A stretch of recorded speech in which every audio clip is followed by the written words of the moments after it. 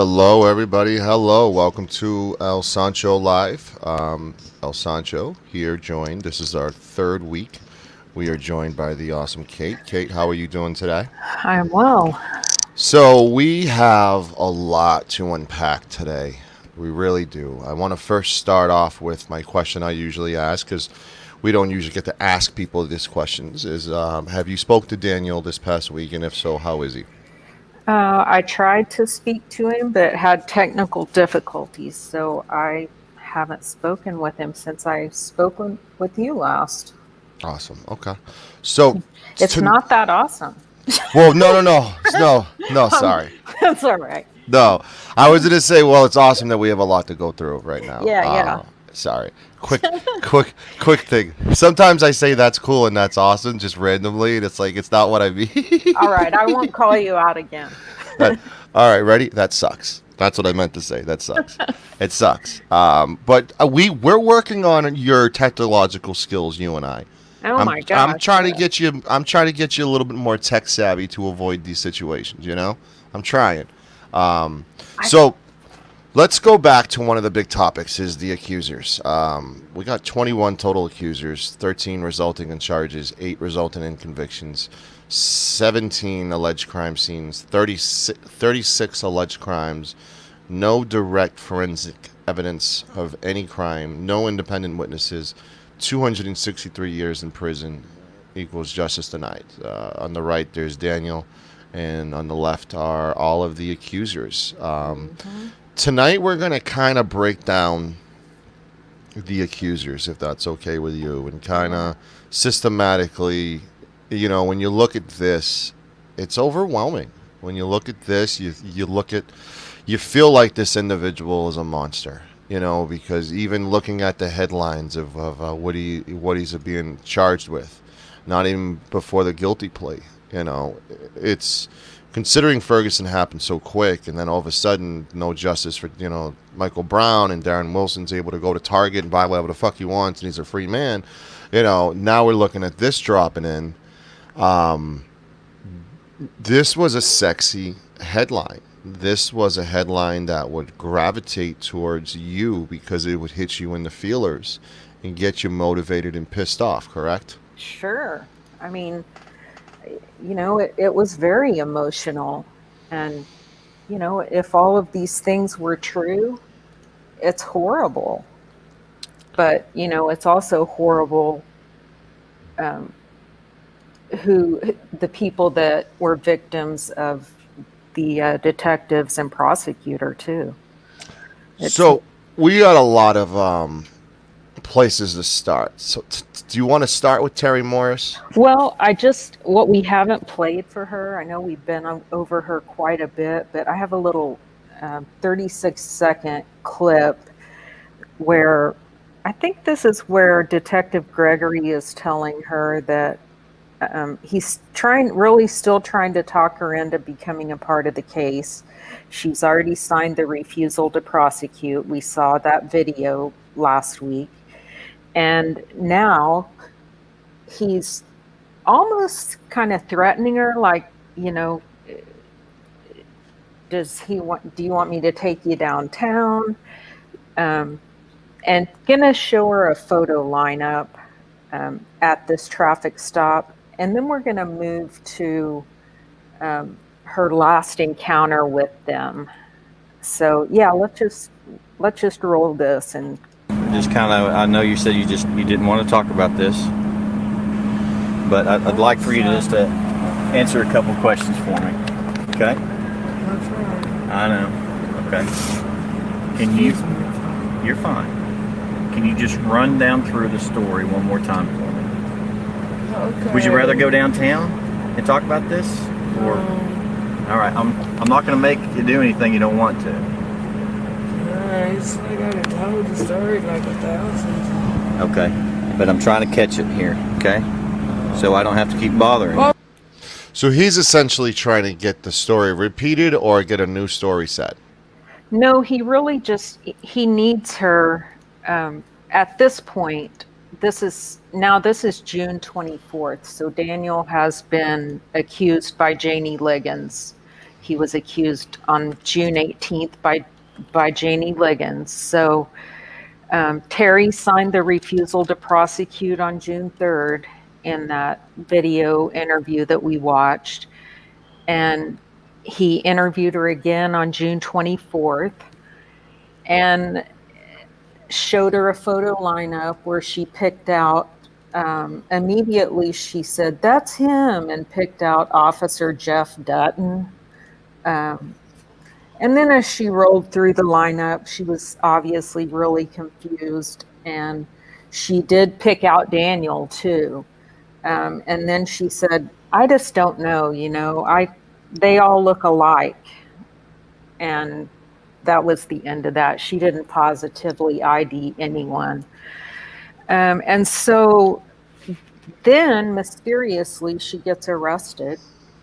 And they let her sit in jail for a while, and then they show up at the jail. And in the recording, after they've obviously coached her to change her story, because she's saying, if you remember, this all came about because of a 911 call from her ex-boyfriend, Christopher Shelton. She was tearing up his car. When she realizes the police are coming, that's when she says, "You're going to call the same motherfuckers that done raped me." And so they get there, and that statement is on the 911 call, and she's obviously letting them know that a police officer raped her at that point, and she becomes the victim. Christopher Shelton, whose car is torn up, he's no longer the victim. And so, they go away. She's involved in another incident later that night where she's tearing up, trying to break into his new girlfriend's house.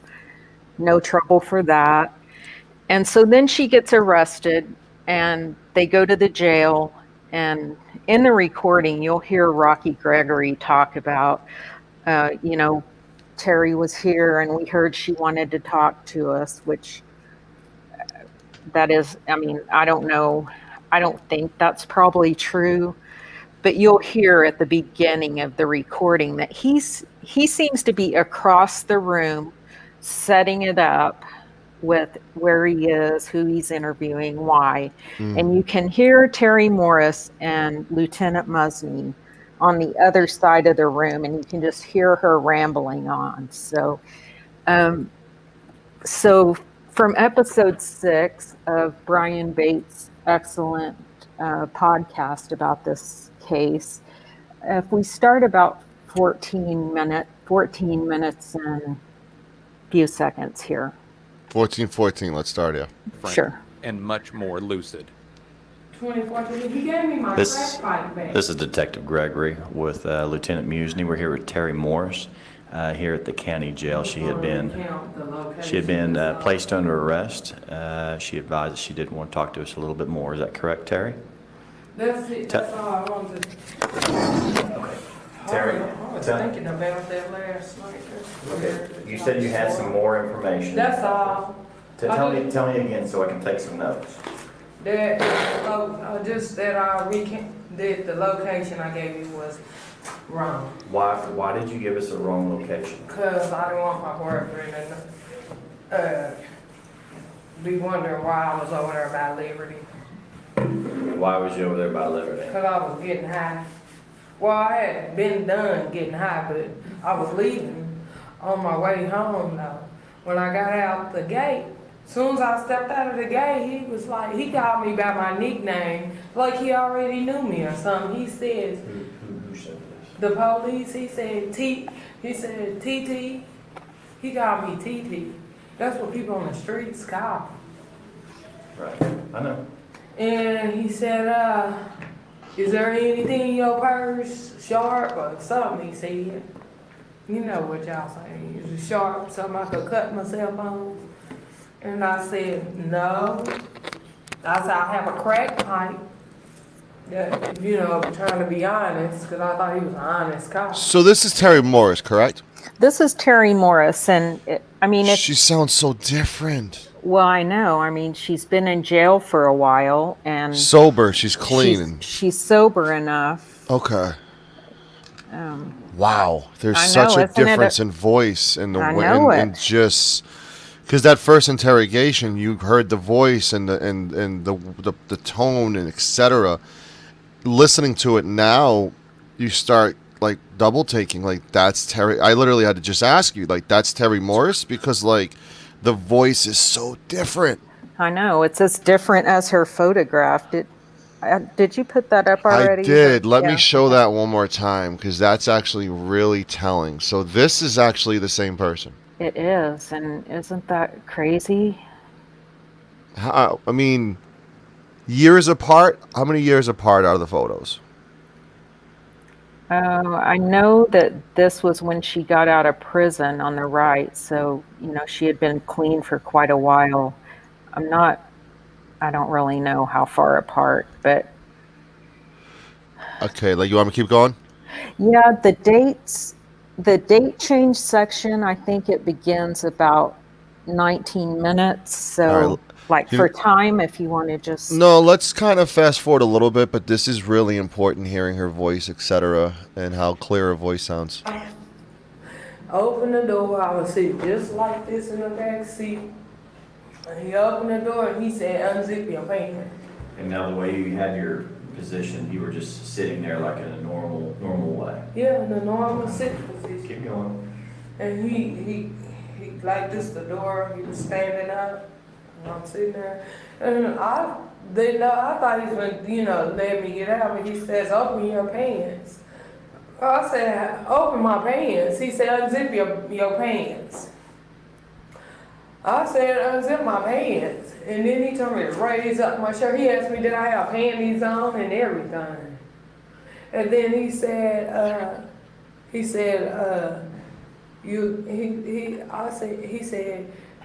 he asked me to give him some oral sex. He didn't say that though. I want to say he said a blowjob.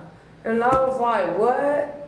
He was like, oh, come on, just for 2 minutes. And I was like, I really felt like I had no choice. And then I was like, man, I don't want to do this. And he said, oh, come on. But I was trying to figure out, I've been trying to figure out how he knew my name all along. Like somebody told him. Like, that's TT. Okay, I want to back you up just a little bit, okay? Before you told me about he was headed down to the mission, so that's not true. No, just, And you didn't leave a rehab center. yeah, I was at the rehab. I did relapse on the rehab.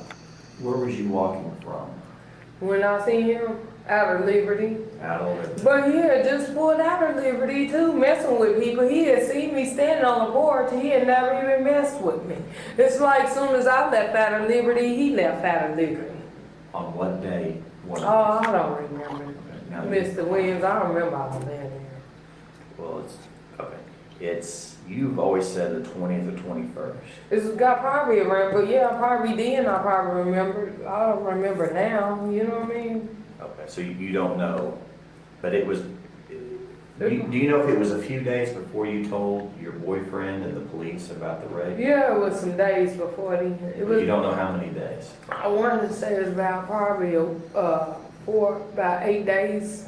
But you had been getting high during that time. Well, I relapsed even worse when he did that. Okay. Now tell me, what time of day was this? It was evening. It was dark outside. It wasn't late though. It was like early evening, but it was just getting dark. Okay. Now. I want to say it was about 8 or 9. Okay. Okay. Now. I don't really know. Tell me this. I'm getting all confused again. No, hey, you're doing fine. You're doing fine, okay?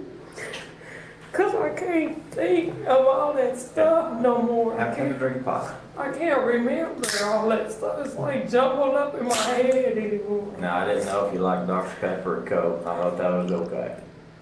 You like Coke? Dr. Pepper's my favorite, but I like all pop. Oh, well, that'll work. That'll work. Remember, Coach, the real thing. Pepsi is. So you want to get off of that? part of a rehab center, huh? Yeah, I want to get back into treatment. Well, you said this is about the clearest of mine I've seen you. I mean, you seemed a lot better since you've been. But they got me in here on trespassing because my friend Matthew lied on me and told me, because he been owing me some money for 2 months. My friend Matthew been owing me some money for going to get this girl Crystal in Liberty because she moved apartments, and I don't know what they got going, but he said he had a job for her. Okay. Well, and that's But okay. so he told me if I wanted to get my little money. So right here they're trying to I build a go into the relationship with her, rehab correct? and get his travel Yeah. It's okay. paid. Look, you said you just wanted a part of your rehab. Okay. Yeah, I just Let me want to see get if back in Let me rehab. see if rehab, you know. You want me to keep I'm sure going? There's going to be something. Oh, maybe. you know, we If can you're stop here. volunteer for it. I want They're just doing small talk to build a relationship, right? Yeah, they're getting ready to ask her to get in the car with them and take him around and, you know, show him where it happened, which really what they're going to do is they're going to show her where it happened, because they've gotten her now to not only agree to cooperate, but to change her story completely. So she's no longer assaulted near downtown on she was, the 911 call was May 24th. And so she told, up until right now, her story has been that she was raped on the 20th or 21st, and she wouldn't budge from that. But Daniel pulled her over on May 8th. Jeff Sellers, the cop that got in trouble for Now, having... is this like Jeff Dutton? This is the other cop that was in the lineup. She picked him out right away and said, yeah, that's him. So like Terry Morris picked out Officer Dutton initially. Yeah, he was the first photo she looked at. And as soon as she looked at it, she said, oh, that's him. And then as she goes through each photo, she's like, oh, I don't know. Well, maybe. It might be him. No, it's not him. It might be him, she said about Daniel Holtzclaw and several others. The only one that she said, oh, that's him, was this guy right away. At the end, she said, no, I can't be for sure. They all look alike. They all look alike. Do you think that... Do you know if Officer Edwards was in that lineup?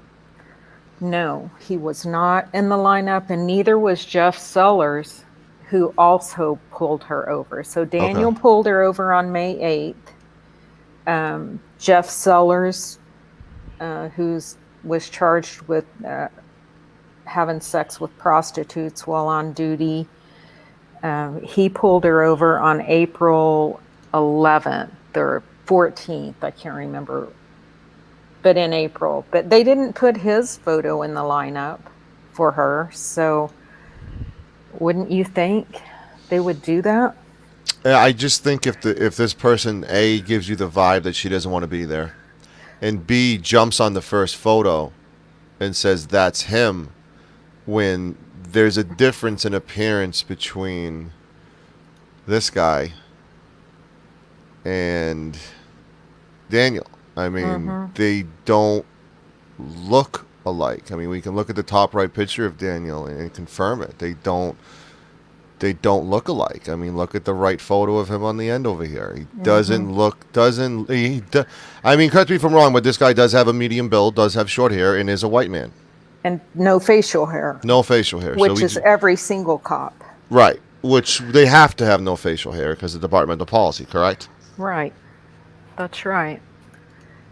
So I just, they had to connect her. She was, she had reported this via the utterance in the 911 call when the cops were being called on her. So Rocky was already working this case.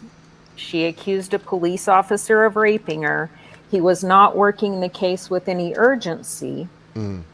Not clearly he didn't wasn't working the case with the urgency that we see when Janie Liggins reported. There was all kinds of activity going on right away. I mean, they jumped on that so fast, as they should. But they needed to connect these two, because if they did that, then he could be a serial rapist. And that's how that whole thing started. I know we didn't talk about this, but the surveillance footage of the traffic stop. Do you mind if I play that?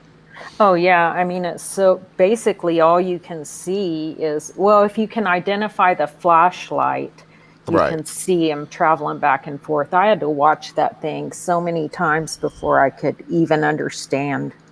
It's so grainy. So this essentially shows the area where it is. Mm-hmm. Yeah, this footage is from an insurance building. They had, I think, 36 cameras. Mm-hmm. And apparently this was the only camera that captured anything in that whole neighborhood, whether that's true or not. But you can see that the lights are on his car the whole time. Let's see.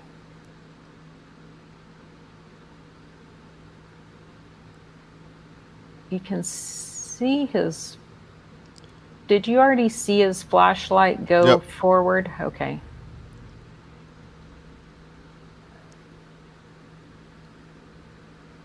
I mean, there's not much to chew on with that, but it No, yeah, I mean, in Bates' podcast, he broke down that whole time and calculated the things that Daniel said happened and matched him up to the to this video. Right.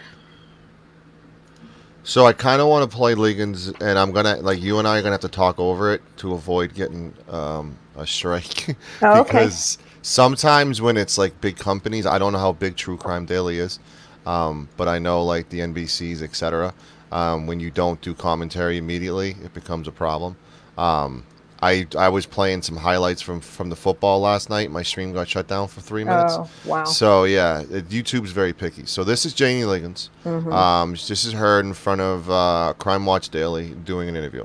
And a lot of people tell me, oh, he's a police officer. They're not going to do anything to him. Zipped his pants, took a gentle out. I said, okay, come on. And I said, oh, sir, please don't make me do this, sir. Don't make me do this, sir. When he stopped me, he just made a big, big mistake. Why do you think he targeted you and so many other women? I think he was just thinking that every woman he stopped had some kind of record, or he could hold something over our heads, and that didn't happen with me. And that's the narrative that the police gave them. Right. He comes to the bed and he There's Sade. Yeah, takes off his belt and he places it on the seat on my left side.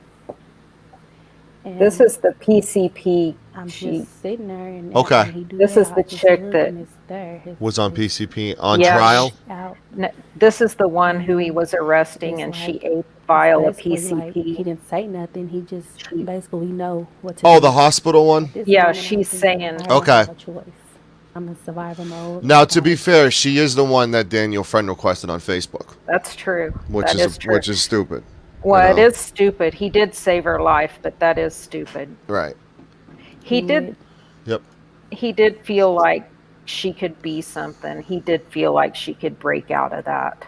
Which is what you think the intention of friend requesting is to stay in I do. contact. I think they kind of built like a relationship, so to speak, while they were in that ER room for all those hours, because they were talking the whole time. Right. I mean, they were visiting back and forth the whole time. So Right. All right. Let's. you keep- get to know Witnesses didn't someone. come Yeah, forward absolutely. Because they didn't think we'd believe them. They all said Kim will well, be we our know next, police- hopefully police. next week. There was concern that Yeah. because of the past. I have a lot of bones to pick with Kim that Davis. people would have a hard time believing their story. people would have a hard time believing they were indeed victims. Is this a jury How member? was that for you? My mind was Yes. opened up more. It is. And I looked at it that they were women and he was a man. What their lifestyle was, they were still violated. So I mean, I apologize if this is offensive, but does anyone get the feeling that this might have been the start of the Me Too movement? Is that offensive to say, Kate? You're my conscience. No,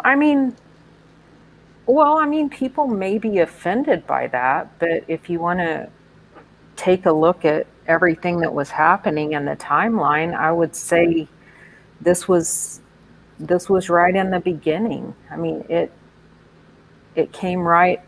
really came right after this. To your knowledge, the relationship between the two of them was platonic, correct? Between Shardarion Hill? Mm-hmm. Oh, absolutely. Absolutely. Do you think it's a matter of sometimes forgetting that you have a oath and you got to be professional and there's lines you can't cross, such as building a relationship with someone you arrested?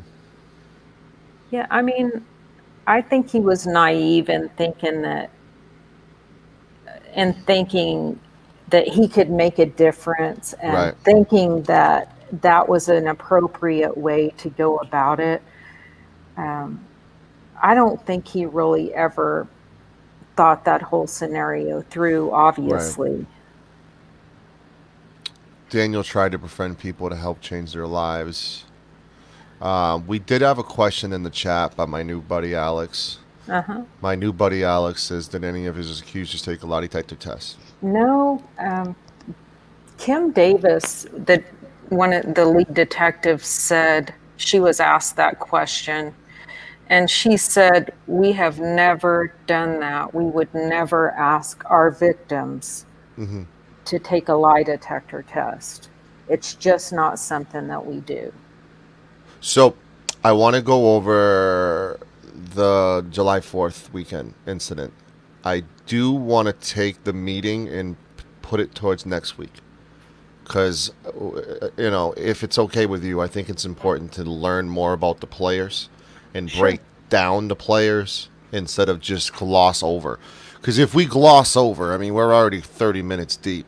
If we gloss over the players, we're missing a lot of key elements here on why the case, the verdict, the appeal went the way it went. So we need to focus on Rocky. We need to focus on Kim. We need to focus on the mother-in-law. There's a lot of things that next week, if you're okay with, we work on focusing on the key players involved here. Okay. Yeah. Such as that meeting. That meeting is a 20-minute discussion in itself. Right. The 20 to 25 things Kim Davis said that was absolutely horrendously stupid is a whole show in itself. You know what I'm saying? So there's still, but I want to go back to Liggins. I want to go back to the July 4th incident. What is the two of those things mean? So this is actually the June 18th incident with Liggins, the traffic stop. Right here. This is recently. July 4th weekend. Yeah, this was just, whatever she was doing July 4th, she was driving without a license and running a stop sign and going 58 and a 35. And she got arrested and she sat out her time in jail, which... 2 days. Yeah. Well, a lot of these accusers have gotten into trouble and, been serious charges and been given probation, and then they break the terms of their probation by getting in trouble again. Right. And then they file a motion to remove the probation thing or whatever. They don't end up filing a motion to what I can't think what that's called when they go ahead and revoke your probation because Right. and they go ahead and send you to jail. They just Right. keep giving them a new deal and a new deal. Or one of the popular things is that the DA, even though probable cause is found, the DA declines to prosecute. That's what happens most frequently. It's happened with Adara Gardner a couple of times. It's happened with Rosetta Great. So the traffic stop between her and Daniel is interesting because this says she hasn't had a driver's license in almost 40 years, correct? Yeah. See, it was like, well, they were saying that she hadn't had a license in 30 years, 6 years ago. So, yeah, I mean, so this is 36 years. So she was lying and hasn't had a valid driver's license in almost 40 years, which could be 36 years. Additionally, the license plate on the Honda she was driving was actually registered to a different car, and owner arrested, car impounded, spent 48 hours in jail, was released on a measly $1,000, $1080 for doing that. Do you get the feeling that I'm just gonna say it, fuck it. You get the feeling these people get out of jail free card, and if so, do you think it's the guilty pleas and not the not guilty pleas, or can you give me some examples of some accusers that the judge found not guilty against Daniel that have been given that same preferential treatment? Well, let's see. It's the guilty pleas. So the guilty pleas are the I mean, focus it's on that. Gardner. They've really taken care of Gardner. And I can't. Sarita Bowen was a guilty too. I can't remember what she was arrested for since the trial, but she's one. Rosetta Great. It's the guilties. Yeah. So it's the guilties. So there's a primary focus on the guilties. Yeah. Exactly. Yeah. Interesting. I mean, it kind of makes you think a little bit, no? It kind of makes you think when you hear that. I mean, I don't know how long they can try to keep him happy. But civil trial hasn't happened yet. His final appeal is still in process. So, I mean, I guess they're still making him happy. It's amazing. No one else would get that kind of treatment. Right. So I'm going to highlight and give Jenny, who we're hoping to have on next week, I'm going to kind of highlight her Facebook real quick and show some interesting things on what she's posted. Okay. Just because she's posted so much effort. Skin DNA equals 263 years. Skin DNA was the only DNA ever found from one accuser. DNA expert testified it could have easily been secondary transfer from Daniel's searching her purse and using the restroom. This is the other interesting part. She went to get a SANE test done after the alleged assault. No DNA was found. That's right. So a SANE test, is that like she went to see if she was competent? Well, I mean, no. That's funny. It's a test that they give women of sexual assault. I'm sorry. Okay. I took the weekend off, so I'm still a little out of it. I thought it said like insane test, like a mental test. No, that's fine. No, it's the test where they go in, and in her case, she alleged oral sodomy, so she wasn't subjected to like a vaginal exam or anal exam or anything like that. But they did swab and however they test the inside of her mouth. Right. And I'm not sure what else, but you would expect to find Daniel's DNA in her mouth. Right. I mean, we're looking at what he was prosecuted with and charged and convicted. If we're going to look at the narrative of what the conviction is, his last shift, he raped 3 women within a 6-hour time frame. The skin DNA that was found was from the first assault that night, which was the 17-year-old Adara Gardner. Right. And you would also expect with that. So back to just wrap up Janie real quick. Her SANE kit came back negative for any of Daniel's DNA. Right. Nothing that she said that would have been evidence was corroborated. Right. So no handprints on the car where she said she put her hands, where she said he put his hands. Right. A layer of dust, so it couldn't be like, oh, he wiped it off. And they had the car within, I don't know, like 12 hours Right. of the time that the assault occurred. So nothing to even move forward with her case. It So this shouldn't have moved forward, but they're still working feverishly behind the scenes to try to connect, to get Terry Morris to be a part of the case. And then they're going to connect those two together and say that they have a rogue serial rapist cop.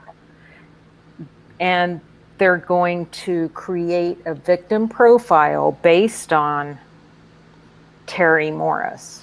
So we're looking at Kayla Lyles now. July 3rd, 2014 incident. Lyles didn't make her accusations until September. That is common for a victim to stay quiet, to be fair. Go ahead. Yeah, she actually was on probation, and she had missed a probation appointment. And is that? Yeah, I don't think I'm getting her confused. I'm sorry. Hang on just a second. It's okay. But she was one of the ones accusing Daniel on his final shift on June 17th, 18th. The other two Right. were Adriana Gardner and Janine Liggins. Right. So you would expect that you're going to find her DNA, Right. Janie Liggins' DNA, Right. Adara Gardner's DNA. Right. Two people were with Adara Gardner that he also pat searched, and one was a male, one was a female. All of those people could have had DNA. It just ends up that the DNA they found was Adara Gardner's. It was a mixture, which at trial they didn't, the state's analyst didn't say that it was a mixture. The DNA from the fly of the uniform pants derived from at least 3 people. All 4 DNA samples included DNA from at least 1 male. The DNA did not come from semen. The analyst testified incorrectly that she found no evidence of male DNA in 2 samples from the inside of the fly. So this is from a report from the 6 scientists that became a part of the case after trial, looked at the DNA, and they submitted an amicus brief to the court with Daniel's his direct appeal, which was denied. They didn't look at this, and they didn't look at another amicus brief that 2 civil rights attorneys put together, just trying to set up the emotion of the country and what was going on at that time.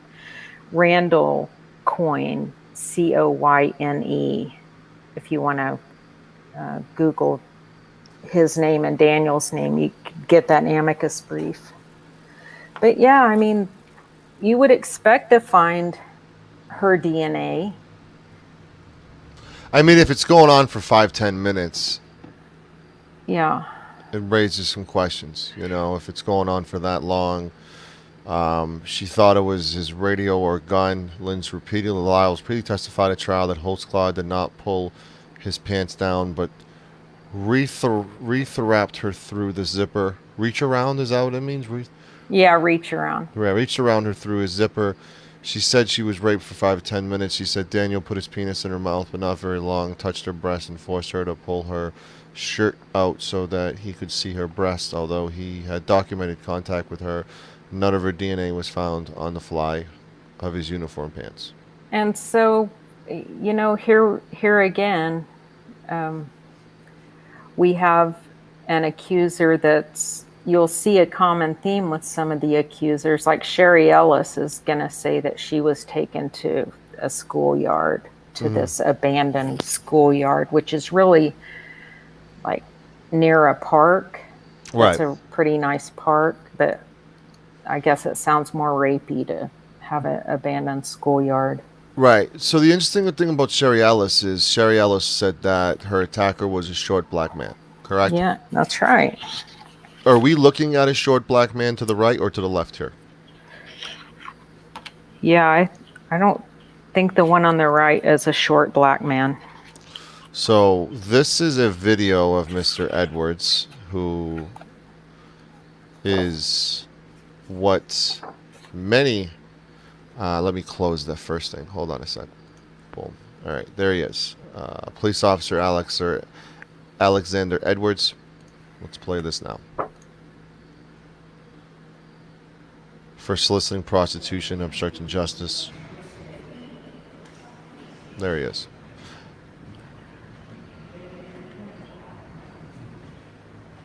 He's got a muscular frame like Daniel. Uh-huh. He is short. He's actually shorter than that guy. Mm-hmm. He was on duty and nearby the night of her alleged assault.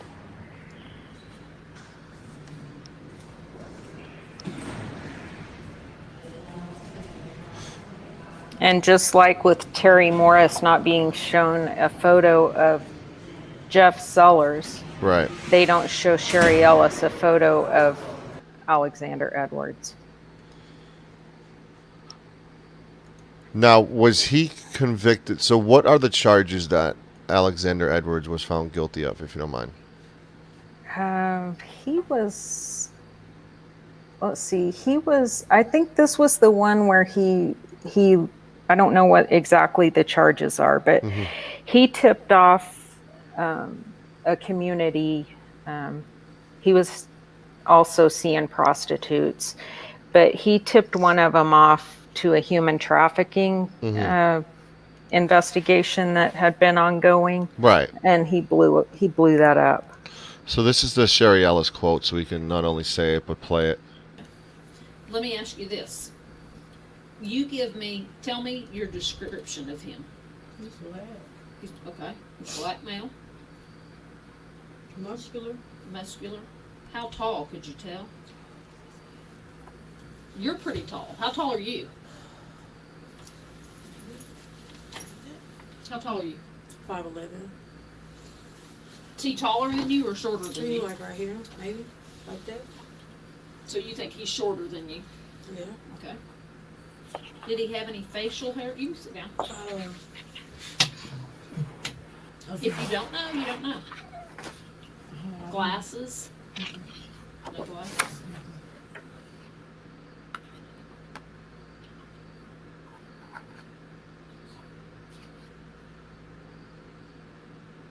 Wow. Wow. I mean, this is the second. So she calls her the first time. Kim Davis is trying to get a hold of her. She's gotten a hold of her longtime live-in common law husband and told him, you know, what she thinks happened. We don't know what she told him. None of that's recorded. So when Sherry finally calls her, they play phone tag on the phone call. That's how she starts out, is by saying, yes, I was answering the question. I got a tip that you were sexually assaulted by a police officer. Yes, I was. Well, I want to interview you. Well, let me just tell you, it was a short black guy. And she doesn't miss a beat, man. She just acts like that's no big deal. It wasn't drawn out. Like, it wasn't like you didn't have to tickle her to get her to say that. You didn't have to give her a Dr. Pepper and kiss her butt to say that. She went out of her way with no hesitation to say short black men. Well, it's like Carla Reigns saying, 7 times nothing happened to her. And then at the end of the interview, she says, I did have an officer expose himself to me one time, but that was a black guy. Nothing on that.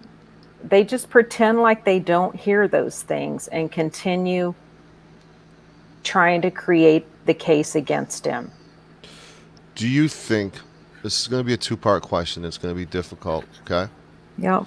Do you think if this was Edwards switched with Holtzclaw, A, we would get enough media attention, and B, it would have the same result? At that time, Mm-hmm.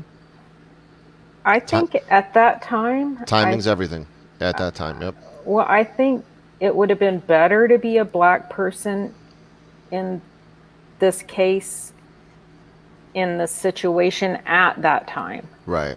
Because, well, I just think you didn't want to be a white cop committing crime on black women, especially these horrific crimes. So, and as far as media, I mean, I think anything that has 13 women piled together, it doesn't matter who the defendant is, it's going to get covered. That headline alone, that photo alone, it's wow. It's an outnumber gang-like mentality. No? Well, I mean, you look at that photo, you look at these women, and you hear in your head what the detectives say, that he targeted these marginalized women because he knew that he could get away with it. He knew that they wouldn't come after him. Right. And that he could hold things over their head. He could threaten them. And they actually did to these women exactly what they accused him of doing to them. So let's kind of look at number 5. Florine Mathis, not guilty plea, says Holtzclaw touched her breasts on top of her clothes. Mathis said she's the housekeeper of the accuser, Tabitha Barnes. Mathis is the only victim who didn't file a civil suit. So we had a question in the chat if any of the accusers knew each other. Is this the only incidence that you know of of 2 accusers knowing each other? It's really the only thing that was public. But when you start going through their police reports and their stories about where they were before and after these things, there are a couple places that line up where they go hang out to drink, and it's reoccurring in several of the accusers' cases that they were drinking at a house at Northeast 10th and Lottie, or that they were hanging out in a parking lot near Northeast 23rd and Martin Luther King, across the street from a Family Dollar in a vacant lot. So those 2 locations come up a lot. So, I mean, I don't know what it's like to hang out in each of those places, but I would imagine that they know each other. She was the only one to not file a civil suit. Yeah, that's interesting. Yeah, I mean, she's a not guilty. I think she's probably been through enough. Tabitha Barnes, did we, first stop February 27, 2014. Yeah, Tabitha Barnes is the,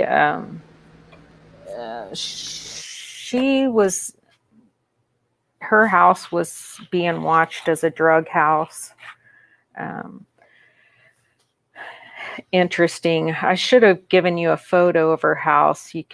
I think Bates has one in her episode and the corresponding documents on his holtzclawtrial.com site. But her house is just a small, starter home. And in one of her interviews, she's talking about, would she be doing this or that if she was waiting on DHS to pay her rent or something to pay her electric.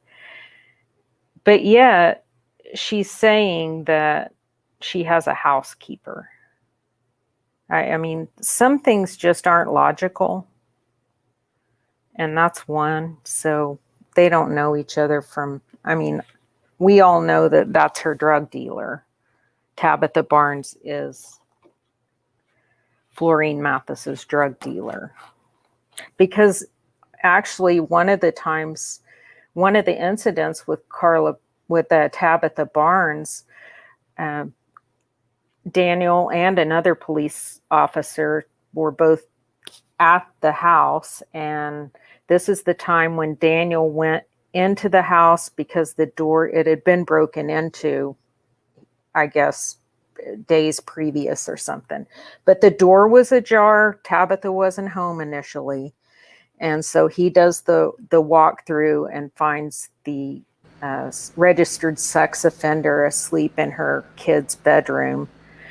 And comes out, and I guess Tabitha says there's a guy who's just passed out in the yard, and she says that Daniel kicks him and tells him to get out of here.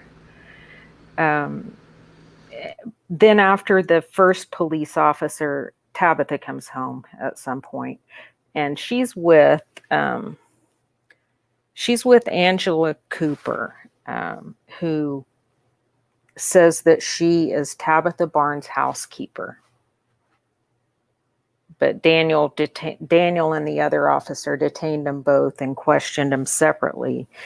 The other officer left, and that's when Barnes alleged that he committed the assault upon her, even though her kids were there, had been in the car, and could have been in the window watching her coming in and out. Once again, doesn't make any sense. And all of these are documented. People have the misconception that these women all came forward, and they also have the misconception that he was turning off his computer. He did turn off his computer against policy after every shift when he left the station, about the same place. He did do that. So his computer was off when he performed the after hours traffic stop on June 18th of Janie Liggins. But these other cases that we're talking about, he's calling these in. He's putting himself out at these locations. If he transports someone, he's documenting that he's transporting. He's given an ending location. There are other officers in the area that can drive by. So, I mean, it doesn't make sense. Why would he be doing that?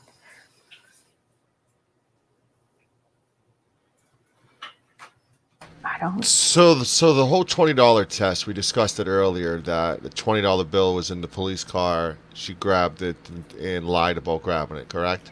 Yeah, she grabs it, and she's when she tells the story about the $20 bill, she's telling it to Rocky Gregory, and she's in that interview, she gets really, really arrogant, and it's like she's telling him, she has this attitude like she was talking to the police, right. An unbelievable attitude to me, but maybe she was. So she's already told the story to Rocky about what happened to her, and that he touched her breasts. She didn't have a bra on. And then they talk about the $20 test, and she says, yeah. And he said, you got my $20? And she said, I had $20. I had $20 too in my bra that she didn't have on. So the $20 test was just a test that some officers did to, I think officers that were working in areas where they were trying to gather intelligence. And in this area, it would have been about the drug activity. They use it to try to see if the people that end up talking to him are to be believed or not. So that's what it is. I think it's odd. So Carla Johnson, talk about changing the stories. I mean, her story has changed multiple times, correct? Carla Johnson, let's see. Yeah, so she reported 2 sexual battery incidents. She told Davis that Daniel groped her breasts on top of her shirt, and then put his hand underneath her pants and touched her vagina and clitoris. That was from the police report. The incidents supposedly occurred at about 2 a.m. outside his patrol car, which was parked on a public street. She initially said that her breasts, that he groped her with his hands on the outside of her shirt, but at prelim, she changed her story to say that he touched her underneath her shirt.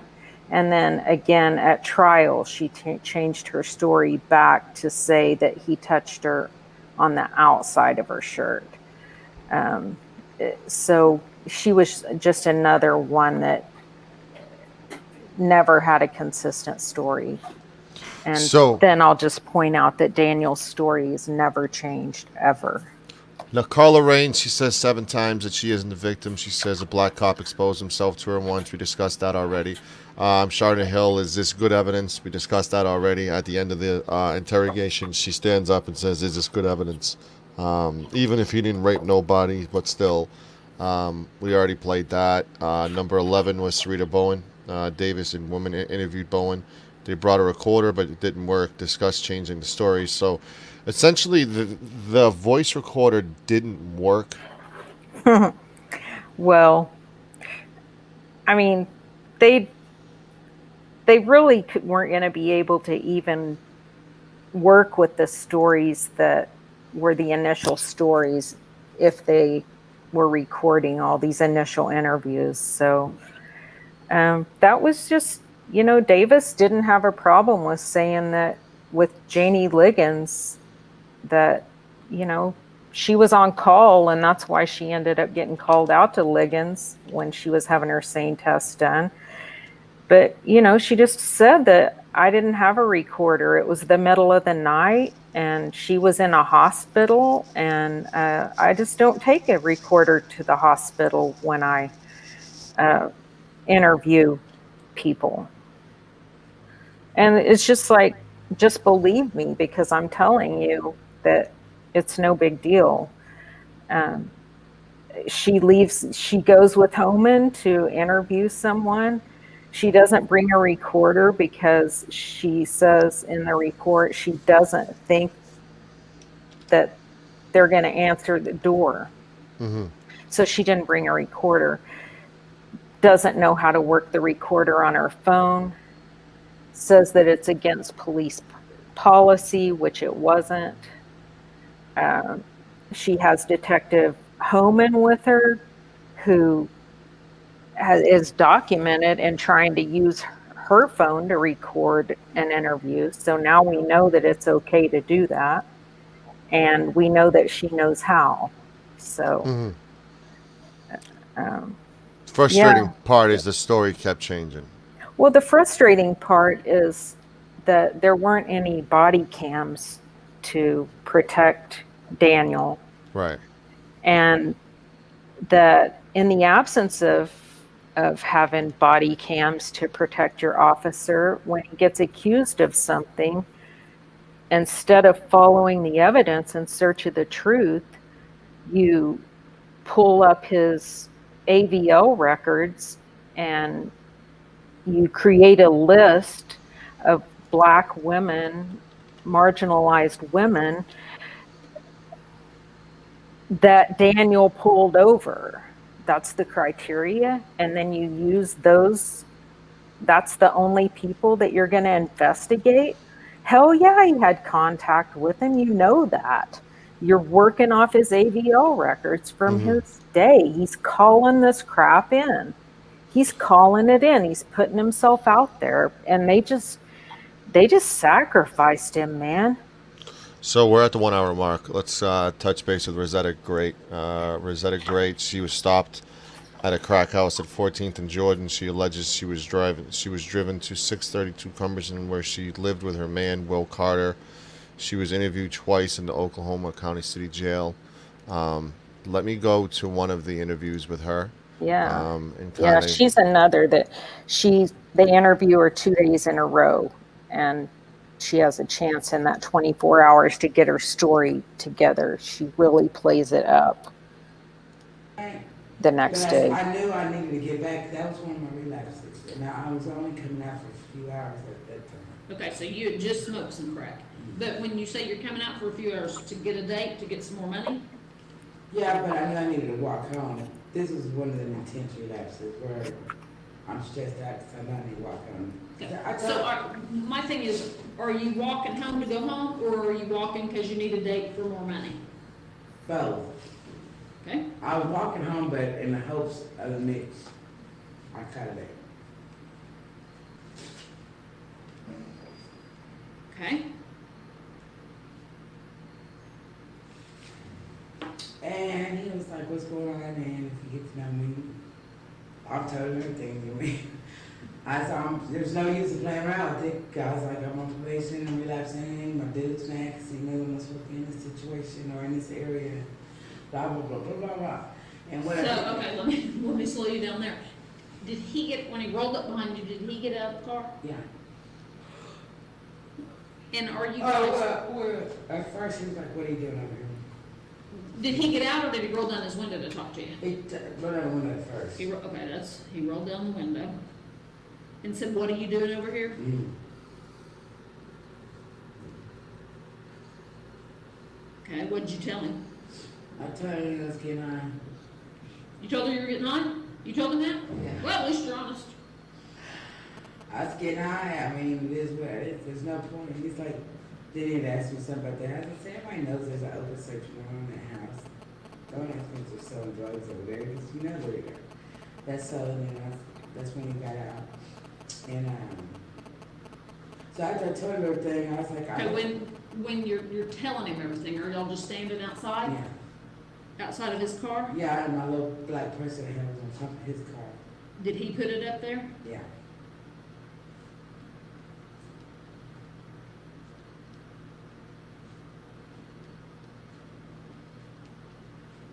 Okay, tell me everything you told him. I told him that I had relapsed, but I was still doing my program at that time. Okay. I had relapsed, Okay. and my boyfriend was upset about it because I didn't have business being in the area, and that's what we argued about. You and your boyfriend?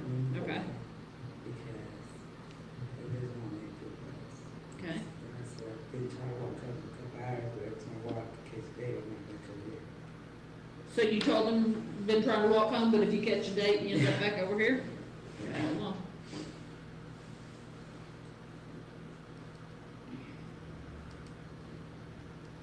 is it a little bit more, or is that like enough? How many dates did you catch that night? That day, Yeah. I don't know. Just a couple, because I wasn't out there for a couple hours. Okay.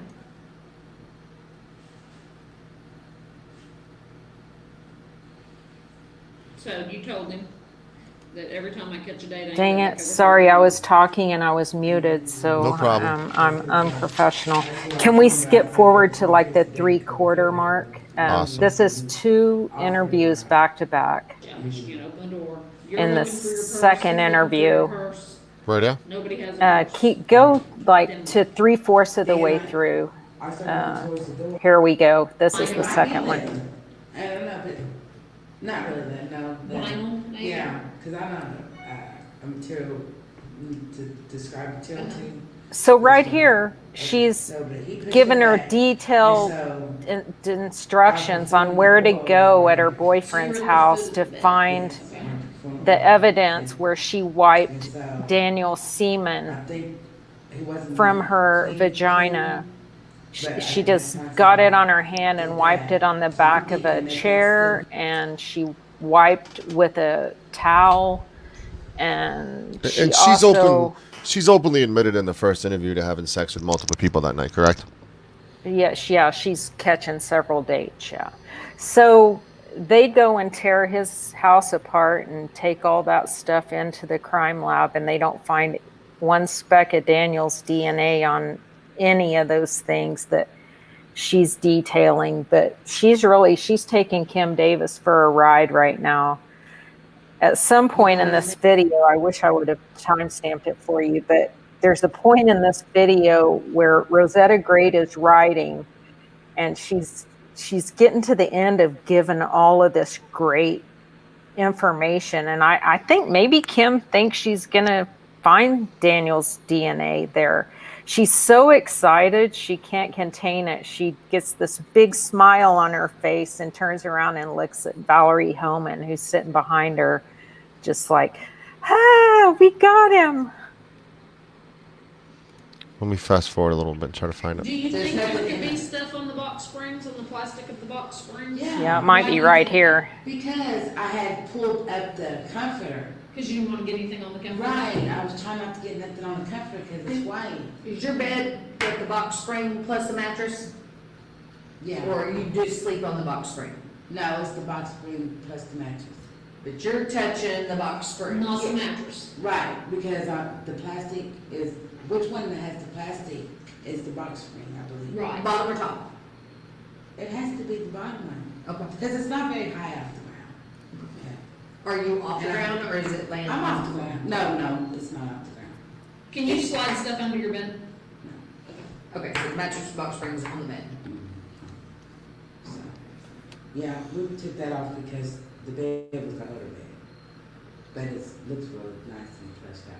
It makes things pretty. So, when you go to my closet, I mean, I'm comfortable now because, I mean, he knows about it, so it's not like I'm hiding anything. It's just kind of why it's like everything's white, but my spirit won't let me rest. Does that make sense? Your what? My spirit's not letting me rest on. That's okay. Her spirit's not letting her rest. So chair, rag, and plastic on the box springs. Yes, I want you to pay attention to around the edge. Oh, around, okay, this right here. Because that's what, about the middle of the bed to this end. And you use this hand to wipe. Where's the closet at? Right in front of the bed. When you walk into my room, okay, you're gonna walk upstairs and it's gonna be the room to your right here. Not this way, right? There's 4 rooms upstairs. Okay, you're gonna walk upstairs and it's gonna be, I look to your right and then the room go back to your right and then here's the room and then another room. So it's the second room on your right? Yeah, it's gonna be the one in front of you to the right, okay?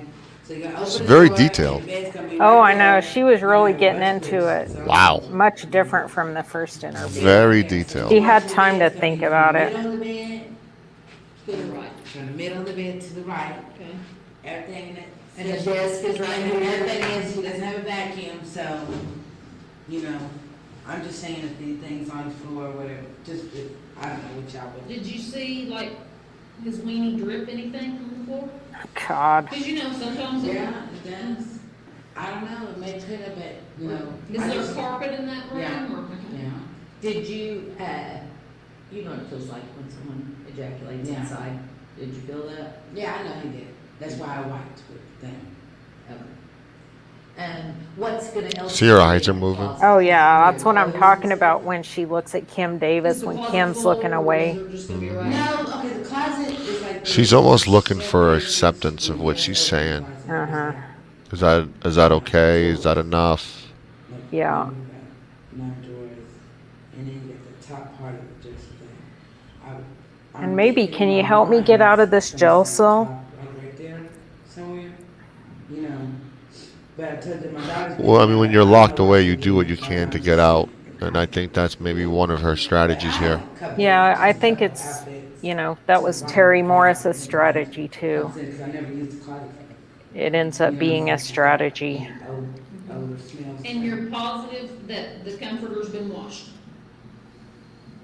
Yeah, the cover's been. But you don't think you got anything on the comforter because you pulled it back? Right. She's reminding her what to testify about. You know, when you're trying to raise it. That's why I raise, you know, raise things up. These are like the worst interviewers ever. Isn't it crazy? She helps her craft her story. I mean, it was six. No. So you were just trying to wipe it off? Yeah, I with mean, plastic. Because you went, and then went. Wow. What a nasty woman. Wow. And That's what you did? You went like this? so I didn't see her tell her that. This is in the process of her writing it. I know. Look how smiling. See that big smile she just took? That's what I was talking about. Yeah. She was like, oh God, look, we got him. That was a big smile by Kim Davis. So, I mean, she just goes on with this for a while if you want to stop it. But I have to tell you another interesting thing that she did.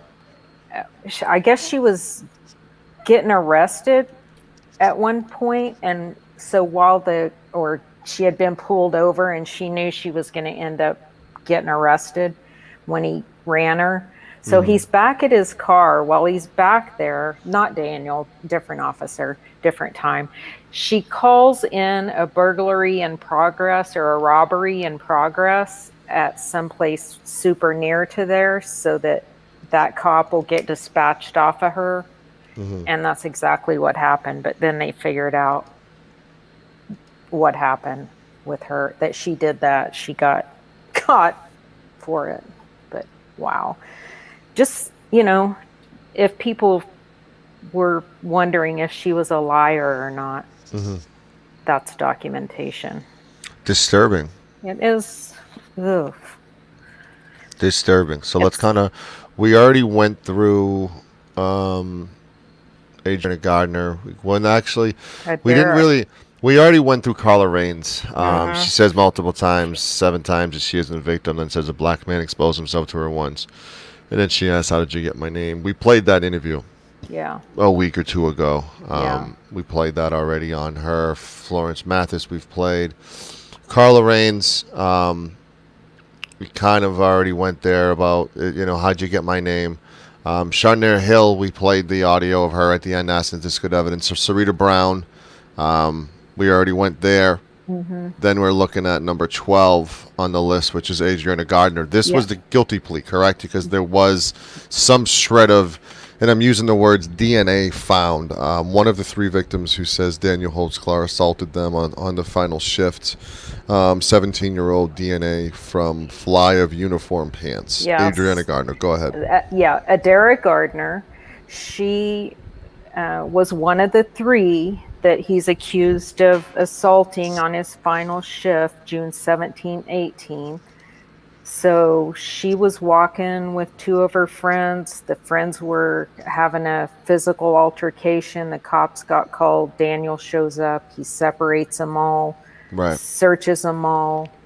And so he could have gotten all of their DNA. But that's where the DNA got on his hands, which I'm assuming later got on his pants when he went to the bathroom, from Pat searching her.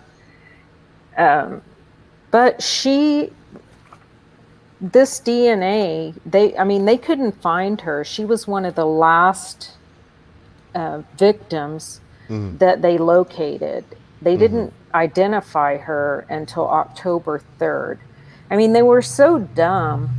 They were looking for a match of DNA, female DNA, from someone on the list that Daniel pulled over, because that's the only people they were looking for. And instead of, how would you do that, Sancho, if you were going to try to find that person? Would you start from Daniel's last traffic stop, where the DNA was on the pants that he was wearing? Wouldn't you start from the end and go backwards with who all he pulled over? But they didn't do that. Logistically, there's so many things to start with. The cell phone, the DNA on the underwear, wearing gloves when touching evidence that could put someone away for life. Handle it with care. And that it was severely mishandled beyond belief. I mean, there's so many things that it's not that I would have done or you would have done that legally they should have done that wasn't done. Right. That's right. I So mean, Regina Copeland, yeah. we kind of Well, went through that already, but if you want to briefly go through. yeah. Well, she was a guilty verdict, first degree rape. He got 30 years for her. She was hanging out at Northwest 23rd and Martin Luther King drinking. She took a friend or acquaintance who was also hanging out there, gave her a ride home, ends up being in the neighborhood of Tabitha Barnes and Carla Johnson. She was pulled over blocks away from each of those women's houses. Not, who knows if there's a connection there. But so she rolls a stop sign. He pulls her over. She says that he pulls his car in front of her car and gets her license, runs it, comes back, tells her to step out, says she smells alcohol. She alleges that he said, "Step out, I'm going to search your car." She stood behind him while he searched her car. And then he searched her. Does that make sense? I don't think so. I don't think he's going to have her standing behind him if he hasn't searched her for weapons while he's searching her car. It doesn't make any sense. Then he has her step to the front of her car, in between his car and her car, and he makes her pull her pants down to her knees, and then he tells her to pull them up, tells her that he's going to take her to detox, and she says, please don't take me to detox. He says, no, I'm going to take you to detox. I don't want to leave my car here in this neighborhood. It's a bad neighborhood. There are drug houses right here. People walking up and down the street all the time. So she says that he let her drive her car to her cousin's house, which was like a mile and a half away, where he made her get into his car. He drove around the corner. He raped her. And then he told her to pull her pants back up and she could go. So she walks back the 3 houses down, around the corner and 3 houses down, back to where she says she parked her car. At preliminary hearing, she says she got back to her car, but she didn't have her driver's license, so she had to walk, and she didn't have an apartment key. At trial, she says that she walked back to her car and drove to her brother's. At one of those, she says she went to Northeast 10th and Lottie to drink after the assault, which is where other accusers go to drink. At prelim, she says that he unfastened his pants. At trial, she says he raped her through the unzipped fly of his uniform pants. And we haven't mentioned this episode that how impossible or how difficult that would be, given the fact that Daniel wears compression shorts. So that's Regina Copeland. Can we talk about the civil suits? I think that's important as we kind of highlight the not guilties, the guilties. Sherry Ellis with a lot of guilty pleas. We're looking at Sarita Bowen with a lot of guilty pleas. We're looking at Carla Johnson, 16 years of guilty pleas. But even not guilty people are in the civil suit, so it's not just the guilties. So what percentage of people that were not guilty won anything? What kind of money are we looking at here as far as settlement from the state with these victims? I'm not sure if it's $75,000 that they're guaranteed or $150,000. I think once they took it to the federal level, it ended up changing the amount of the award. So But I don't expect this to go to trial. I expect Oklahoma City's going to settle. I really don't think they want all of this out in the news. So all of the right. So no check's been cut. You're saying? No one's been paid yet. This has been dragging out 6 years now since the original deal. Did any of them have like a book deal or anything like that? Not that I know of. I haven't heard anything about anything like that. If a book deal comes about, I would expect Janie Ligon's daughter to be the one who was behind that, but I haven't heard anything about that. I wish someone would do a book on this case. It's extensive. I'm starting to think 4 episodes is not enough. No, it which really isn't, but- we kind of talked about that already, and we can extend it if you want another week or two. You have that option. Let's kind of preview next week, and what's on the menu. What are you thinking about? Give people a little preview of what to look forward to next Monday night. Well, so I think if we go over, we'll back up and talk about what happened at command after Janie Ligon's reported. There was like a flurry of activity. They're out getting surveillance stuff. They're doing everything they can to figure this out. They bring Daniel in right away. They take his car right away. So a meeting happened that morning between the higher ups, and they got a game plan together, and it's kind of interesting. So we'll look at who was in that meeting and kind of what came out of that meeting. We'll talk a little bit more about Lieutenant Timothy Musney and the list. I'm still trying to get Erica to come on next week to talk about the DNA, but if she doesn't, if you don't have another DNA person, I'll try to get another one. I'm really hopeful that it's going to be Erica, though. So let me, just for the interest of fairness, I did see that there was someone in the comment section alleging something, and I wanted to verify it. Holtzclaw family says this is a year ago. Holtzclaw family says $25,000 settlement in case was wrong. The family Demetria. of former Oklahoma City Police Department officer and Daniel Holtzclaw said taxpayers should be outraged by Oklahoma City recent settlement of an excessive force case. Oklahoma City approved the $25,000 settlement. This in regards to the Armstrong case, though? No. Okay, no. so this is in regard to Campbell. Yeah, this is just her. This is someone he pulled over, and then after all of this case came about, then she decided to come back and say, that he actually sexually assaulted her that day. Right. And so I think that was last summer Yep, last May. And Demetria Campbell and her lawyers city came settled. forward.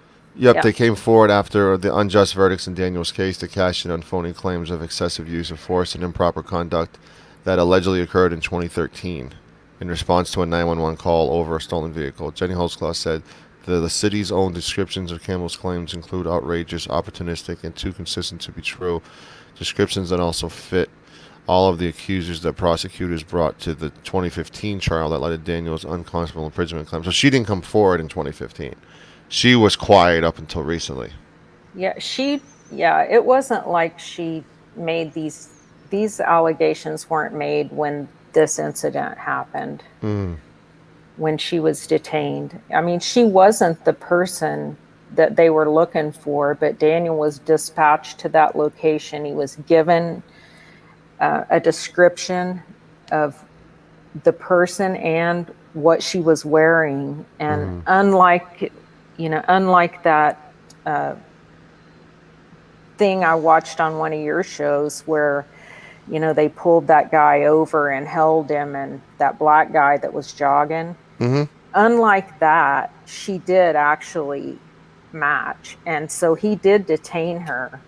But she alleges that while he was taking her into investigative custody, that he grinded up against her, and So during a like during a deposition under oath, Campbell admitted that Daniel did not use excessive force. Jenny Holtzclaw said, citing court documents, she said on February 15, 2018, Campbell testified that while speaking with Daniel's supervisor, Lieutenant Brian Bennett, I did not tell him that I thought he, Holtzclaw, used unnecessary force. She admitted that Daniel apologized for having to handle her physically, and that she told him, I'll forgive you. Yet there was a settlement after the fact. well, he said of that she was resisting a little bit, and she's a pretty big girl. I mean, I know he's a big guy, but she's a pretty big girl, and that he was detaining her and using, like, she was up against a wall, so he was using that wall to help him get the cuffs on her. Probably the most outrageous portion of plaintiff Campbell's testimony is that she was able to tell defendant Holtzclaw had an erection and place it against her butt for 2 minutes. 2 minutes. I mean, who does that? Well, I guess people think Daniel did that a lot. I mean, it's ridiculous. Wow. I can't remember what time of day that one was, but see, it doesn't matter. These, like a Derek Gardner getting raped on her mom's front porch in the afternoon. The realistic possibility of that is absolutely crazy. Yes, Rhonda, please do. The realistic possibility of that is like absolutely crazy, to think that things were done in public or for the world to see, and no one's going to stop and say, hey, why is a police officer raping someone? Yeah, I mean, and if anyone in the chat has questions or topics that you just feel like what you're hearing is bullshit, that you'd like to know more about, let us know. And the first week, the chat was very brutal, and it's getting better and better every week. Let's just say this.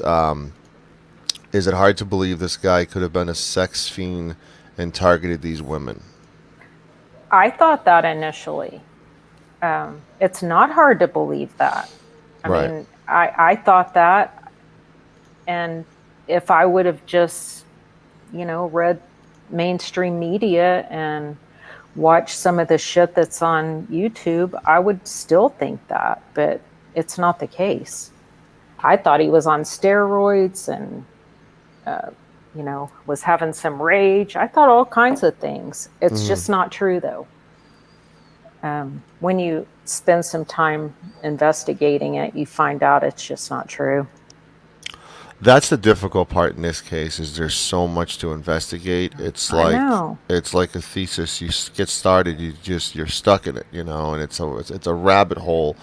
And the amount of time that people like, Verbiage and you and Rhonda have put in, and Jenny and Michelle and Brian, have put in, has been beyond admirable. That you guys are now trying to present the facts, present the evidence, and say, you weren't told this. This is why you weren't told this, and this is what you should have been told.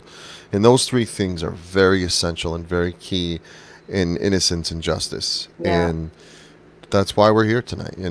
So next week, the game plan for next week would be, are we going to go after the players? Are we going to go after the meetings? I mean, what do you think would be the best? With the DNA still there, we need to focus on the DNA. We had an officer was supposed to come on tonight, but he had something to come up. So next week we'll have a mega panel with a bunch of experts, if you want, to kind of pick apart the contact DNA and why it's a thing. I'm working on a couple names myself, but anything that your crew can do would be beyond appreciative. If we can work on getting Michelle on, I think that would be huge. She has been an influence to me with how hard she fights every single day for her brother's justice. And Jenny, yes. I think you said Michelle. Did I? Michelle Malkin, I was referring to. Michelle Malkin. Yeah. If we can get both of them on, Michelle and Jenny. Jenny has been doing amazing. She's a sister of Daniel. Have you reached out to Jenny? Yes, I have. Before doing this series, I did, but my Facebook name is El Sancho. Yeah, it's not. I had to think about it. Man. It's like, man, It is a he gonna shred me? It is a guy with a sombrero, so it kind of throws people off. So yeah, so that's. But no, I mean, I think it'll be great to get some key players on because our chat has been completely hit up with Brian Bates, Michelle Moak, and Jenny Holtzclaw. It's like, let's get them all up. Let's get them all up. We can allow 10 people on. Cool. So let's get them all up. If we gotta move the time up or down or something, if you can do it, more importantly, and if they can do it, and the combination is there, we'll definitely. I'm a little flexible if you are. On their schedule, just because there's so many elements. I mean, it's going to be an hour and a half show, so people can pop in and out as they choose.